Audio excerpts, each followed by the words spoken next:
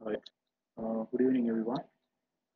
Today, we are going to discuss about the chronic sports injuries and its management, lower extremity.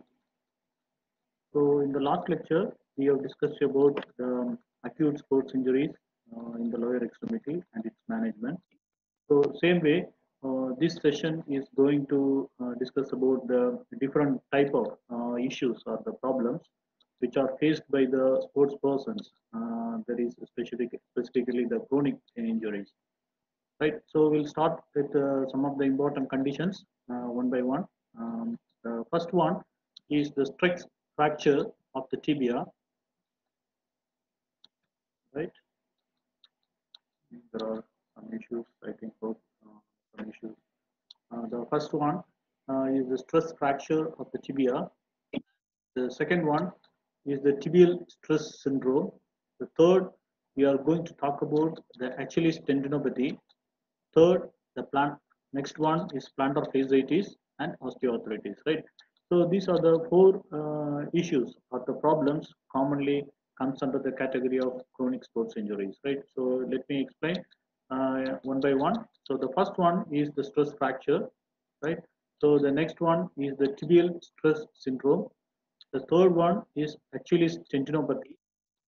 The next one is plantar fasciitis, and the last one is osteoarthritis. Right. So in this lecture, we will see one by one. We'll start with the first problem. The chronic sports injury is the stress fracture. Right. So we already know the difference between the acute and the chronic sports injuries. Right. So the first basic difference, right? So the basic difference between the acute and the chronic sports injuries are acute injuries are sudden onset injuries, right? The chronic injuries are gradual onset injuries, right? It takes long time to get the issues or to get the problem, right? So this is the only difference between acute and chronic sports injuries. So the first one is stress fracture. So you can see it is a microfracture in the bone because of physical overloading below single cycle failure threshold, right? Continuous effort, right? So continuous force are acting on a single point, right? So what happened? But that force is less than that the force which is required for the fracture, right? So for example, if 100 newtons of force is required to break a bone, but here there is a continuous micro rupture, right? So sometimes it may be a 30 or 40 newtons of force is continuously acting over the joint or the bone in a specific place or in a localized place. It makes a fracture, right? So it is a micro fracture, right? You can say it is a continuous repeated application of forces over a localized point, which finally makes a fracture in the bone. So it is known as stress fracture. So what happened here, there is a repeated episodes of stress, right? So for example, this you can say this type of fracture you can suspect in cases of marathon players, right? So who are running for a long period of time. So the force is continuously transferred to one part of bone, right, which may produce a microfracture, right? So which finally leads to a fracture in the localized region. So it is common in athletes and in military recruits, right? So the most common people who are suffered with this type of fractures are athletes, right? I told you, right? So in athletes specifically, those who are involving or participating in running type of games, and the military recruits, right? So this you might have heard march fracture, right? So this march fracture means these military persons or persons who are working in the police or persons who are working in the defense sector. They are supposed to train every day for at least 2 to 3 hours per day. So during this training, so they forcefully stamp the leg over the earth, which may produce micro rupture to the third metatarsal bone, which may make fracture in that metatarsal bone. So this is also comes under the category of stress fracture. So we can commonly suspect such type of fractures in the athletes and the military recruits. So 1% incidence in the athletes and 20 percentage in the right. So if you see the common sites, right, so which part of the bones are more prone for this type of fracture? The tibia and the fibula, pelvis and the talus, right? So these are more areas, right? So these are the common sites for the stress fracture. So let me explain about the causes, right? So what are the important causes for this stress fracture? Means this we have already explained.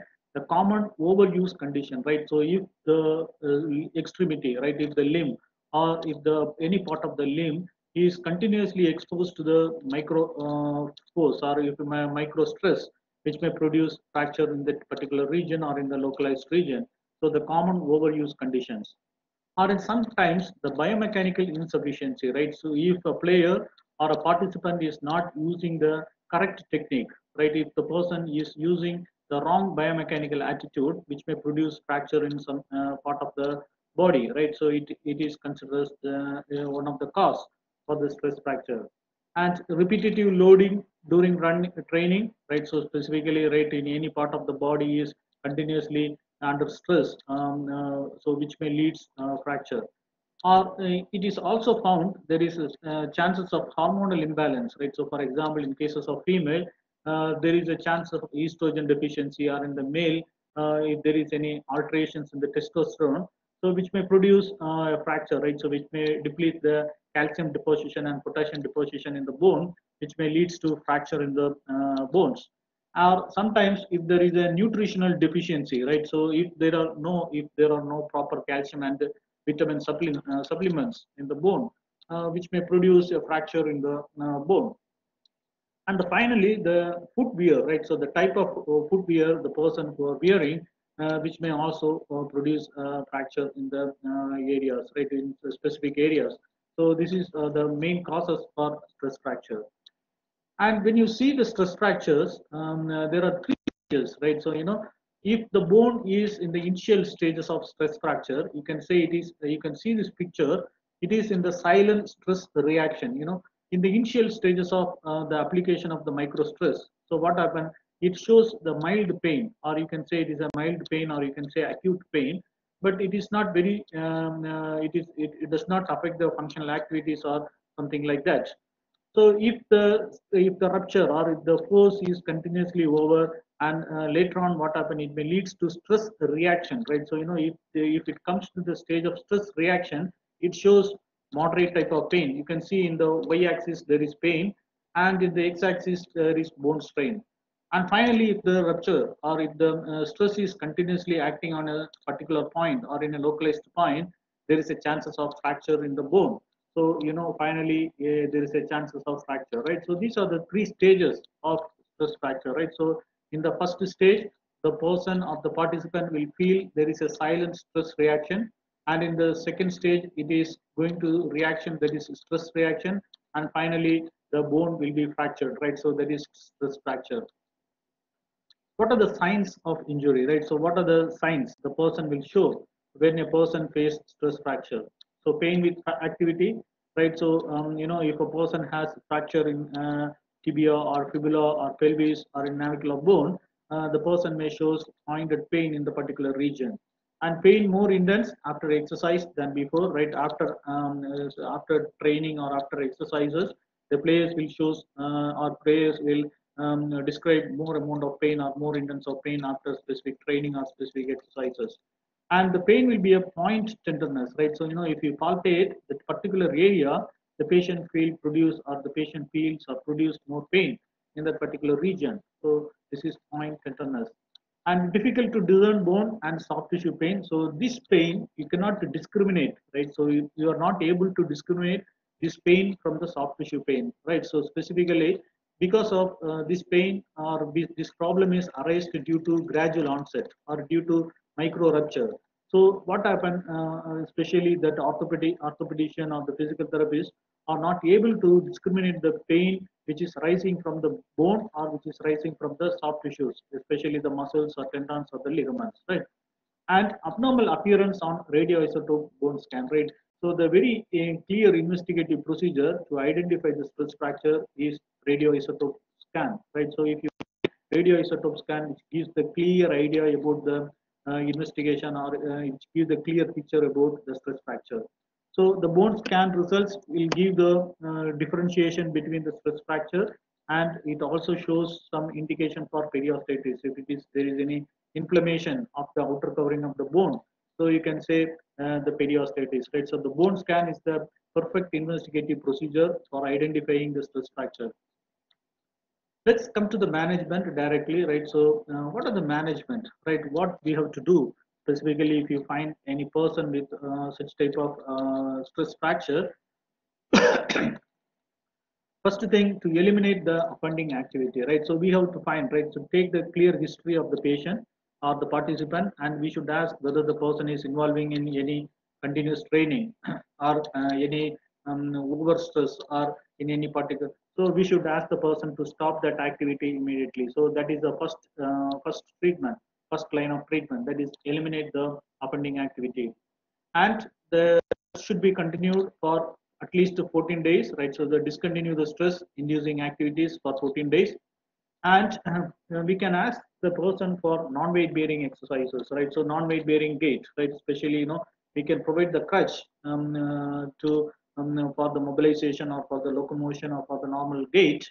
We can prescribe, and we should avoid the weight bearing through the particular limb. So for that, we can use the mobility aids, like especially we can use the crutches for walking. And weight bearing may return when the pain subsides, right? So when the person says, right, when the person says the pain is subsided, you can go ahead with the second stage, like a partial weight bearing. Once the partial weight bearing, the subject player says, right, so he's not having any pain, we can go ahead with the, or we can progress with the next stage, that is weight bearing exercises, right? After pain-free for 2 weeks, athlete can gradually return to the activities. Then we can go for the regular functional activities or regular function. Then during these stages, right? So during this management, so always we should be careful about the biomechanics, right? So along with that, we can teach some important free movements or active exercises and passive exercises to the patient, right? So that's all about the stress fracture. Next, the common chronic problem, right? So next, the common chronic issues, common chronic problem that an athlete face is shin splints, right? So it is otherwise known as tibial stress syndrome, right? So generally, it is due to the unaccustomed pain in the shin of the tibia, right? So after, if a player is involved in any type of activities or unaccustomed activities, so the person or the player may experience a type of pain. So this is known as shin pain. It may be two types. One, you can say anterior shin pain, or the next one you can say posterior shin pain. So you can see this picture. The person has pain in the anterior aspect of the shin of tibia and the posterior aspect of the shin of the tibia. So what are the causes, right? So generally, what are the causes for this tibial stress syndrome or this shin splints? Or the first cause is stress fracture, right? So generally, the stress fracture can be seen in the anterior part of the tibia, right? So the most common site for the stress fracture is the anterior part of the, or you can say is the shin of the tibia. Or sometimes if there is any strains in the calf muscles or the anterior tibial muscles, right, which may produce pain. That is, if the problem is in the anterior tibial muscles, you can say it is anterior shin pain. Or if it is produced in the posterior part, you can say that is due to the muscle strain of the calf muscles, you can say posterior shin pain. And sometimes chronic anterior compartment syndrome, right? So due to the compression of the vessels or the nerve fibers, which produced some pain in the anterior part of the tibia, which is known as anterior compartment syndrome. Or sometimes periosteal irritation caused by repetitive microtrauma. It is more or less similar to the stress fractures, right? So it can be expected in the players who are involving in the long-term running or any running activities, or subject who has weak muscles, and the players who are wearing the improper footwears, or if the player is not participating in the proper training, right? So if they have undergone any type of errors in the training, or in some cases of foot problems, that is like varus foot, right? So this is known as everted foot, right? So what happened in this uh, foot, right? So some type of deformity, right? Varus foot or valgus foot, right? So these are the two type of deformities commonly possible in the foot region. Specifically, the varus foot. Varus foot means the foot is inverted, right? So it is, you can say it is supinated foot, or you can say adducted foot, right? Or if there is any issues in the plantar fascia, that is tight heel cord, or in some cases of hypermobile joint, right? So if the joint is very flexible joints, right? So it's not strong. Uh, so these are the some of the causes of tibial stress syndrome. So there are so many causes we can identify for the problem of tibial stress syndrome. Then, when you see the tibial stress syndrome, there are very important signs, right? So you can see there are some important signs. So what are the signs? The diffuse pain about distal medial aspect of the lower leg, right? In such case, the person has pain in the distal and the medial aspect of the lower leg, right? So in such case, right? So in tibial stress syndrome, or especially in the shin splints, the patient has diffused pain. Diffused pain means the patient is not able to identify, or the patient is not able to localize the pain. So such type of pain is known as diffuse pain, or you can say it is a spreaded pain, right? So the person is not able to identify exactly where the pain is. So such type of pain is known as diffused pain. So this type of pain can be observed in the distal medial aspect of the lower leg. So when the condition progress, right, so ambulation may be painful, right? So the person may have severe pain when the patient starts walking or the patient starts mobilizing, and the person may have morning pain when the patient getting out from the bed in the morning. So he has severe pain in that region, and stiffness may also increase, right? So the morning stiffness, morning pain, and the stiffness may increase in the later stages of this type of syndrome. And this we have already explained, right? So if the person has such type of syndrome, it may lead to stress fracture in the later stages, right? So this is the main cause. This is one of the cause, main and the one of the cause for the stress fractures, right? So the very important feature, right? So the very important sign in tibial stress syndrome is diffuse pain, right, in the medial aspect of the lower leg, and the person have morning pain and stiffness in when the person wake up, and this is one of the cause for the stress fracture, right? How we can treat this tibial stress syndrome, right? What are the management, what are the treatment from the conservative and the non-conservative aspect? So first the physician refer for the x-rays and bone scan, right? So to identify exactly the issue, right, to investigate the problem exactly, so these patients will be referred for taking x-rays and bone scans. And once the person has been identified or diagnosed with tibial stress syndrome or shin splints, we can go for the activity modifications, right? So some type of activities may exacerbate the problem, right? So through the history, right? So through the subjective information or through the history with the patient, so you should get the informations about the patient, right? So what activities are exaggerating the problem or exaggerating the pain, or what activities will decrease or relieving the problem, right? So this is exaggerating problems, exaggerating factors, and relieving factors, right?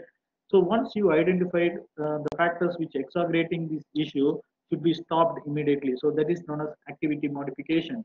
So for example, if a player says whenever the person walk or whenever the person running, the pain will be increased, right? So you should ask the player to stop that activity immediately, right? So that is activity modification. And correction of abnormal biomechanics, right? So what you can do, right, as a physical therapist, you can ask the person to do the activities, and you have to measure his movements, right? So you can measure the biomechanical movements, and if you find if there is any changes or if there is any abnormal biomechanics in his posture, or if there is any abnormal biomechanics in his training, so you should train the player in a proper manner. And ice massage can be given to reduce the pain and the inflammation, right? So this is the common treatment, right? So sports injury treatment, right? Within 24 hours of treatment, any type of pain or swelling, you can give the ice massage, right? Ice packs or ice massage can be given in the particular region to reduce the pain and the inflammation.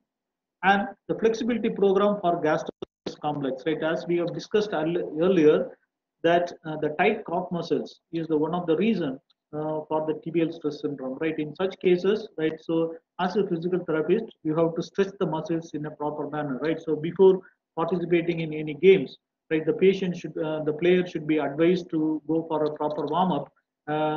This warm up should consist of the proper stretching of the gastrocnemius and the soleus muscles.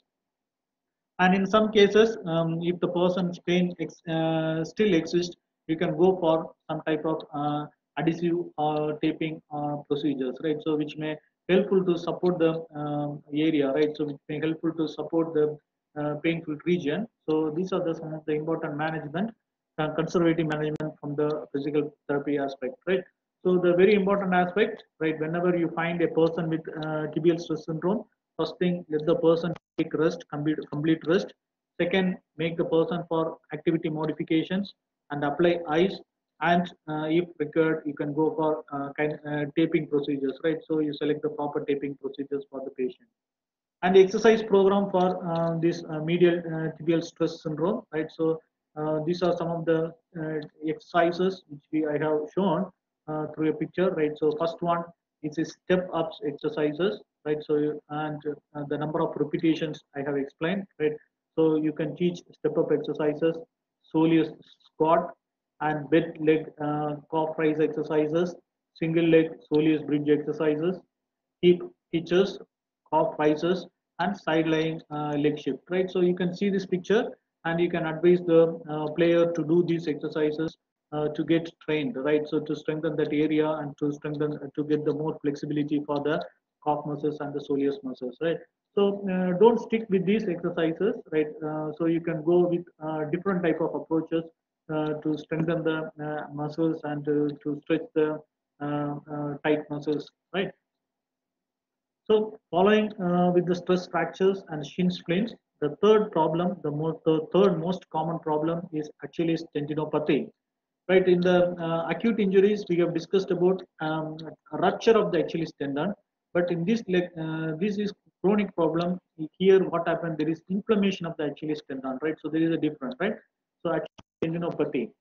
So what does it mean? You can say tendonitis, right? Or you can say Achilles tendonitis. So this is the inflammatory condition involving the tendon sheath or the paratendon, which presents with gradual onset and worsens with continued use, right? You know, this is the tendon which works for every movement, right? So during your gait, right? So during your normal walking pattern, this is the tendon which works continuously, right? So it goes up and down and it rubs over the calcaneum, right? So there is a possibility of more injury in this region, right? So this is Achilles tendinopathy, or which may leads to inflammation, right? So inflammation of this tendon sheath or paratendon. Paratendon, it means the covering of the tendon. So what are the common causes of Achilles tendinitis, or you can say Achilles tendinopathy?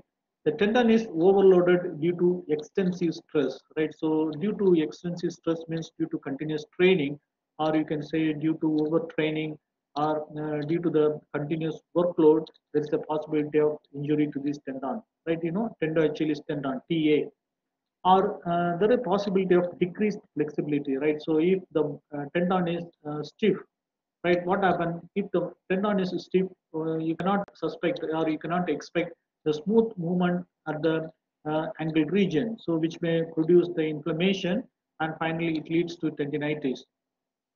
Or in some cases, if the player is using the wrong biomechanics or wrong techniques or wrong type of training, which may produce injury to this Achilles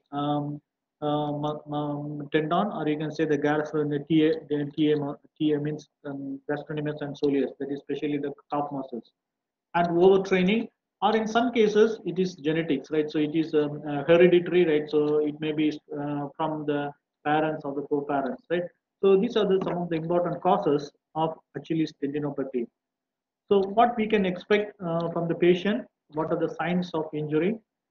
So as same like the other type of inflammatory conditions, the patient shows the generalized pain, right? So there is a pain in the particular region or in the localized region, or stiffness localized proximal to the calcaneal insertion, right? So you know the tendon Achilles muscle or tendon Achilles tendon, which is inserted into the posterior tubercle of the calcaneum. So in such cases, you can see there is a stiff, right? So the tendon is not soft, right? It becomes very stiff in cases of Achilles tendinopathy or tendinitis, right? So I told you before, because of stiff, right? So because of rigid tendinitis, tendon, it may leads to tendinitis. And you can find warmth and painful with palpation, right? So as it is an inflammatory condition, you can find there is a local temperature, that means warmth. You can find a local warmth or local temperature in the region, and if you palpate the region, you can find there is a warmth, or you can see there is a thickened tendon, right? So the tendon is much thick, right? So if you palpate, you can see there is a tendon is thick. And morning stiffness, right? During, so usually the pain may be elicit during the early morning, right? So you can say it is morning pain, or you can say morning stiffness, right? So the pain may be persist for first a few 10 to 15 minutes. And if you see, if you come to the treatment, right, what general treatment for these persons, right? So Achilles tendinopathy, the management for Achilles tendinopathy. So same like other treatments, soft tissue treatments. So resistant to quick resolution due to slow healing nature of the tendon. So generally, the tendon is a white fibrous connective tissue, right? So because the blood supply to these structures are very much limited, so what happens? Same way, the healing process also takes more time when compared to the bone healing or any other soft tissue healing, muscle healing. When compared to the other soft tissues, the tendon will heal very slowly because it is a white fibrous connective tissue, and the blood supply is much limited to this region. So it takes long time to heal and must reduce stress on the tendon, address structural faults, example, right? So you have to reduce the stress on the tendon, right? So same like the other soft tissue management, we should find the cause, the exact cause for the TA injury. So once you identified or once you found the problem, so you have to relieve, or you have to relieve the stress, or you have to reduce the stress on the tendon. And we have to address the structural faults, right? If you find, right, so during your evaluation or during your assessment, if you find the person is using any wrong technique or poor biomechanics or using some different type of footwear, so we should make all the corrections according to the patient. And we have to provide the proper orthotics, right, proper device which supports the tendon region, and maintain the proper mechanism and increase the flexibility of the tendon Achilles muscle. And aggressive stretching and use of heel lift may be beneficial, right? So generally we have discussed, right? So this is maybe due to the tightness of the calf muscle, right? So the person will be indicated for aggressive stretching of the calf muscles. And still the person perceives, or still the person's pain is present or exists, you can refer the patient medical treatment, and they have been treated with some type of medications, anti-inflammatory medications. There are some different type of stretching procedures are available to stretch the calf muscles, right? We can use different bands, or you can use the TheraBands or stretching devices to stretch the. So both active and passive type of stretching can be prescribed for such patients. So as we told,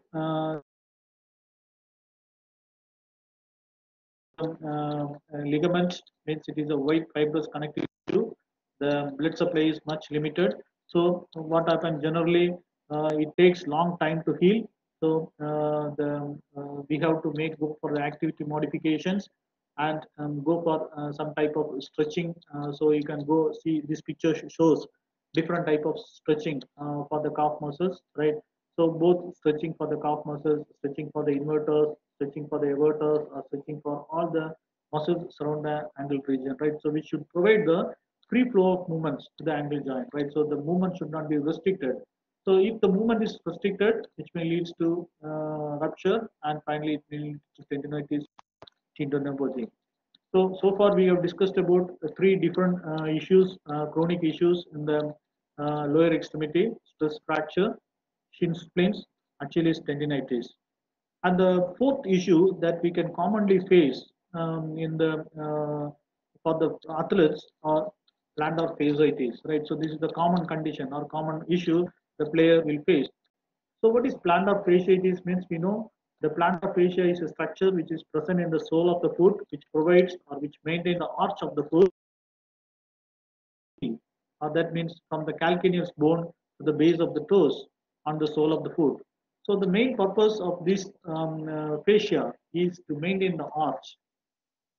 Right, the plantar fascia contributes to support of arch of the foot. It also has an important role in the dynamic function during the gait. So during the all phases of gait, right? So in both phases of gait, during swing phase and the stance phase, and in the stance phase, all the stages, right? So during heel strike, foot flat, mid stance, heel off, and toe off, all the stages, this the plantar fascia plays a major role. So the role of this plantar fascia is very important during the dynamic function of the gait. Then now let me explain about what is plantar fasciitis. So what does it mean? Plantar fasciitis means same like tendinitis, right? Fasciitis means inflammation of the fascia. So the plantar fasciitis is a painful foot condition caused by inflammation of the insertion of the plantar fascia and the medial process of the calcaneal tuberosity. So what happens generally? There is an inflammation, right? Inflammation of this fascia, which leads to pain in the plantar fascial region. So what happened, right? So same like other conditions, the patient has pain, swelling, warmth, and redness, right? So these are the features of inflammation, right? So whenever you find any inflammatory, right? So either it may be a bursitis or tendinitis or musculitis, right? Or fasciitis or capsulitis, right? So these are the inflammatory conditions of the soft tissues. So you can find, right? So you can say very directly the four important features: pain, swelling, tenderness, warmth, right? So these are the four features, right? So generally you can find in cases of inflammatory conditions, right? What are the major risk factors, right? What are the main causes which produce the plantar fasciitis? The first one is the foot arch. What does it mean? Foot arch means if the arch of the foot is not proper, right? So generally in cases of flat foot cases, right, if the foot is flat, right, in this case what happens, there is a direct compression of the plantar fascia over the surface, which may leads to micro rupture, and it may gradually produce pain or gradually inflame the structures, and which may produce plantar fasciitis. Or in some cases of obese persons, right? So in obese, what happened, because of the body weight, the foods will be the whole body weight will be transferred through the plantar fascia, and there is a possibility of getting micro rupture, and finally it leads to plantar fasciitis. Or in cases of sudden weight gain, or any players who are doing the long distance running. So, for example, you can say marathon players, right? So, in such cases, what happened? The player used to run continuously, right? So, the continuous heel strike, so which may leads to rupture of the plantar fascia. Or in some cases of tight calf muscles, that is tight Achilles tendon, and we also already discussed improper foot wear, right? So, if the foot wear or the shoes, the person or the player who wear is not perfect, which may produce plantar fasciitis, right? So these are the some of the important risk factors, or you can say causes, right? So you can say these are the causes which may produce or which may lead the plantar fasciitis, right? So the very important cause is changes in the arch of the foot, right? So if the arch of the foot is flat, that is foot flat, in such cases you can suspect plantar fasciitis very easily. Or in some cases of tightness of the tendo-achilles muscle or tightness of the calf muscle, which may lead to plantar fasciitis. Let's see, discuss about some important aspect of the management of plantar fasciitis. So in such cases, wearing a splint fitted to calf and the foot, right, providing such type of splint which give the immobilization, which give the rest, or which give the support to the plantar fascia, right? So we are allowing the plantar fascia to heal.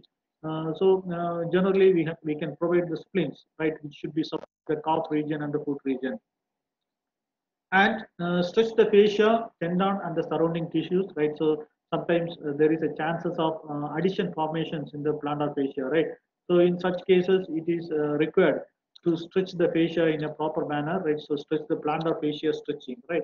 So special type of stretching procedures or maneuvers are available. You can stretch the plantar fascia or tendons and the surrounding tissues, or the same like before, right? So we can use some type of devices like orthotics to help distribute the pressure to feed more efficiently, or physiotherapy to decrease the pain, improve the range of motion, and strengthen the lower limb muscles, right?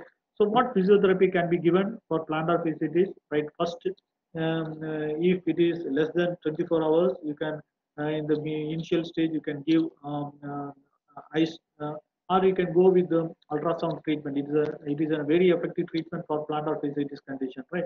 Still, if the patient has this type of pain, you can go with the infrared radiation and the short-wave diathermy, right? So these are the important physical therapy approaches, right? Along with that, you need to stretch the calf muscle.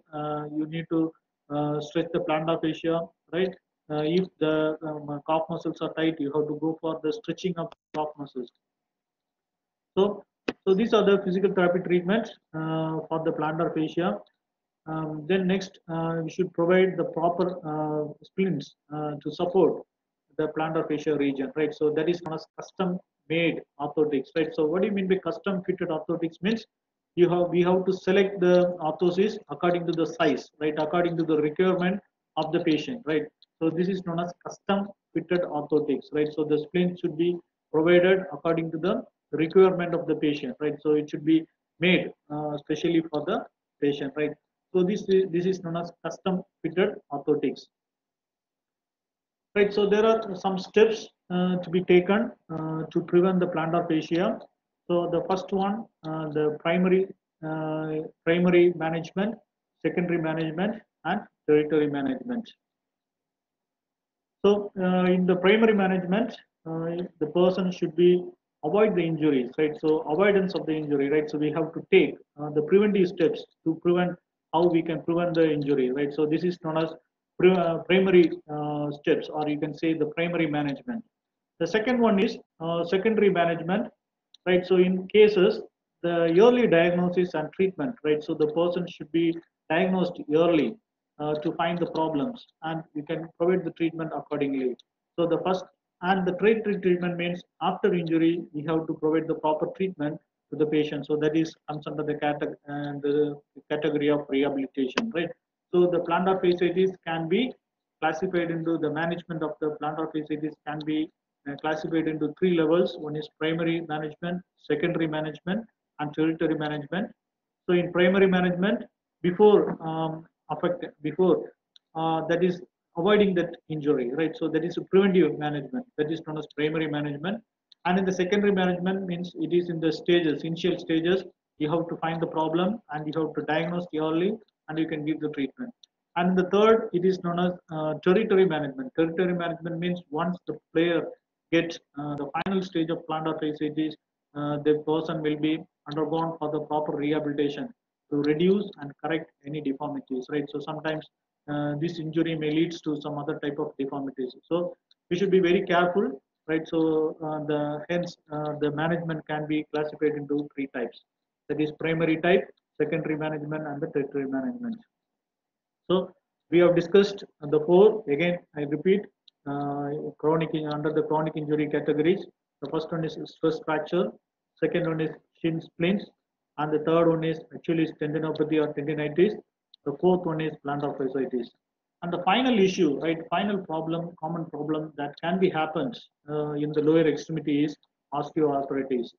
So this is the common problem that you can find in most of the elderly persons or in aged persons, right? So after 40 years of age, you can find this problem. So it is a degenerative, right? So it is a non-inflammatory and degenerative conditions of the joints, right? Characterized by degeneration of the articular cartilage and formation of the knee bone and formation of the osteophytes. So osteoarthritis, you might be knowing, right? So you might have seen these cases, many cases in the physical therapy department. So the common site in our body is the knee joint, or especially you can say in the weight-bearing joints.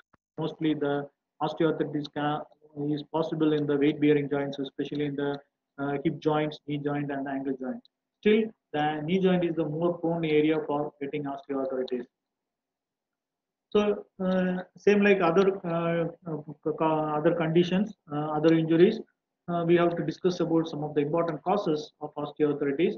First one is a hereditary. Sometimes it may be due to hereditary, or it may be you can say it's a genetic cause, or generally in cases of overweight, right? If a person is overweight, what happens? This weight will be transferred through the pelvis, transferred through the hip joint, and transferred through the knee.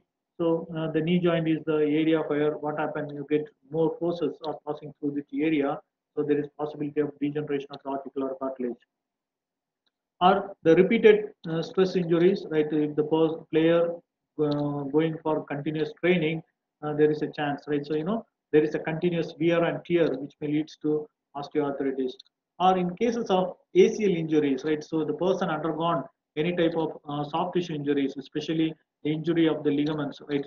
Anterior cruciate ligament injury or the posterior cruciate ligament injury, or medial or the lateral collateral ligament injury, which may lead abnormal movements in the knee joint, which may produce abnormal wear and tear in the articular cartilage, which finally leads to osteoarthritis.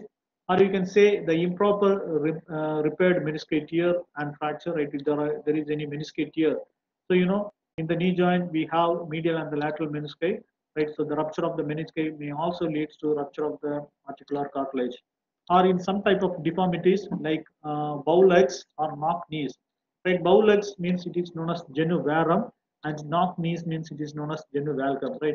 Both type of deformities, right? So genu varum and genu valgum, that bow legs or knock knees. Bow legs means it is outer deviation, right? So the leg is deviated. That means there is a gap between the two knee joints, that is known as bow legs. And if both the knees are locked together, right? So the gap or the space between the two knee joint is reduced, that you can say knock knees. And what are the pathophysiology? What is the gradual changes that you can see in the articular cartilage? You can see the picture. You can see the blue color, which denotes the articular cartilage. You can see there is a degeneration of the articular cartilage. So this is a picture for osteoarthritic case. So damage to the articular cartilage. So what happened because of this damage to the articular cartilage? There is excess deposition of the calcium is going to happen. So which may lead to osteophytes formation, right? So which may affects the synovial membrane, right? So it affects the subchondral bone, right? Because of all these, the synovial membrane is getting inflamed, so it may lead to synovitis. And finally, because of this inflammation, the whole joint capsule is getting taken, right? So these are the gradual step-by-step procedures that you can see in cases of osteoarthritis, right? So you can see there is a damaged articular cartilage, there is a deposition of the osteophytes, and problems in the subchondral bone. The synovial membrane get inflamed, that is synovitis. And finally, the whole joint capsule is getting involved, or the whole joint capsule is getting thickened. What are the signs and symptoms in osteoarthritis? The same you can see the pain on movement of the joint whenever the person make any movement, right? So flexion, extension, or any type of movement, the patient has pain. And the range of motion is much limited, reduced range of motion. And joint swelling, you can find there is a localized swelling or collection of fluid in that region. And if you touch that area, the person has tenderness. And crepitus, right? What do you mean by crepitus? Means when the person makes any movement in the joint, the person may produce a sound in the joints, right? So cracking type of joint, so that is known as crepitus. And the person may lose the stability of the joint, right? So joint instability. And the muscles around the knee joint, especially the quadriceps muscle, may get weakened, right? So this is known as quadriceps inhibition. And the person feel morning stiffness, right? So early morning stiffness and reduced function and the participation restrictions, right? So these are the common features or common signs and symptoms in cases of osteoarthritis patients, right? So the main important feature that you can say is crepitus, right? So crepitus means the production of sound inside the joint when the person makes any movement, right? So this is known as crepitus. Apart from that, the patient will show pain. There is a reduced range of motion, and you can find there is a localized swelling. There is a joint stiffness and reduced functional activity. All these changes that you can see in cases of the knee joint. So the person may be indicated for taking X-ray, right? So this X-ray shows 5 stages: stage 1, stage 2, stage 3, stage 4, and stage 5. So what changes you can see in the X-rays?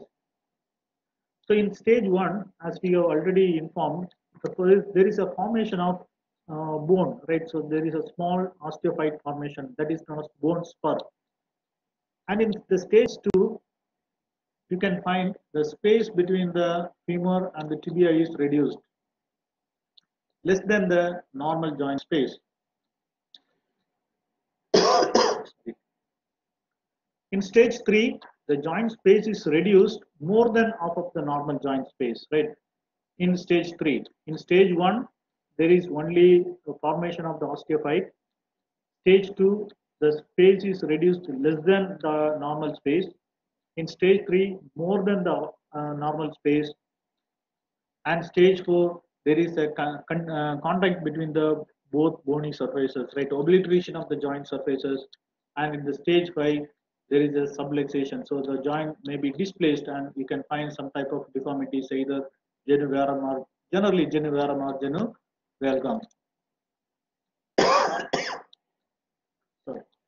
So these are the 5 stages: stage 1, stage 2, stage 3, stage 4, and stage 5. And what are the management? So the management is same like the management for other soft tissue injuries, right? So conservative management, so education and behavioral interventions, right? So you have to educate the patient. So what education we can teach? So if a person is obese, you can say the person to reduce the weight, and you can go for some behavior modifications, right? So what does it mean? Behavior modification means you can say ask the person to involve in some physical activities and try to reduce the food intake. So such type of activities, right? That is known as behavioral modification. So weight loss, right? We have a specific training for to reduce the weight, and exercises to strengthen the muscles, right? And you can provide some mechanical aids, right? So if the pain is more, you can provide some type of crutches or frames, or you can provide some type of braces to stabilize the joint.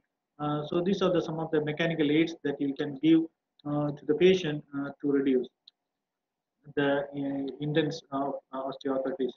And apart from that, you can give exercise therapy. Exercise therapy means strengthening exercise for the quadriceps muscles and hamstring muscles or the surrounding muscles, and hydrotherapy to reduce the pain and to increase the range of motion, and self-management and education. So proper behavior modification, you can give the proper counseling to the patient, or in some cases manual therapy or mobilization techniques, right? If there is any limitation of movement or reduced range of motion or loose body presence, right, you can refer the patient for manual therapy or mobilization.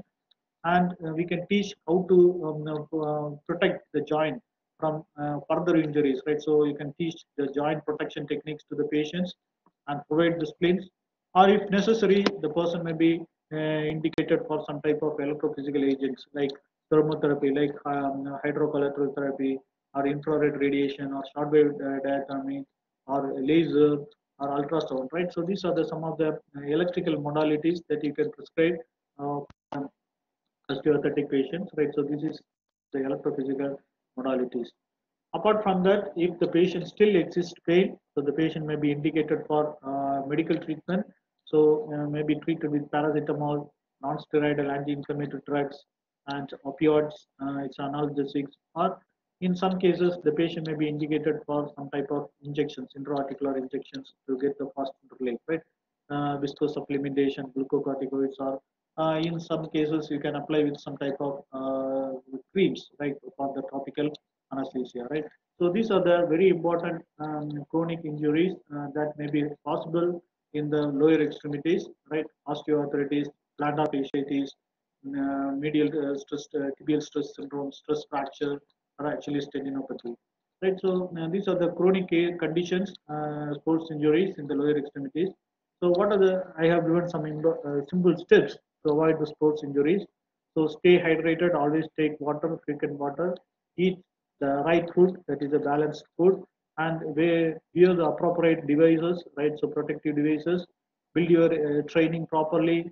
Get the stretching, proper warm up, proper exercises, and report the patient if there is any injury. If the patients are present with any injury, immediately taken to the medical team. So these are the important ways to avoid the sports injuries, right? And I thank you so much for the attendance. So,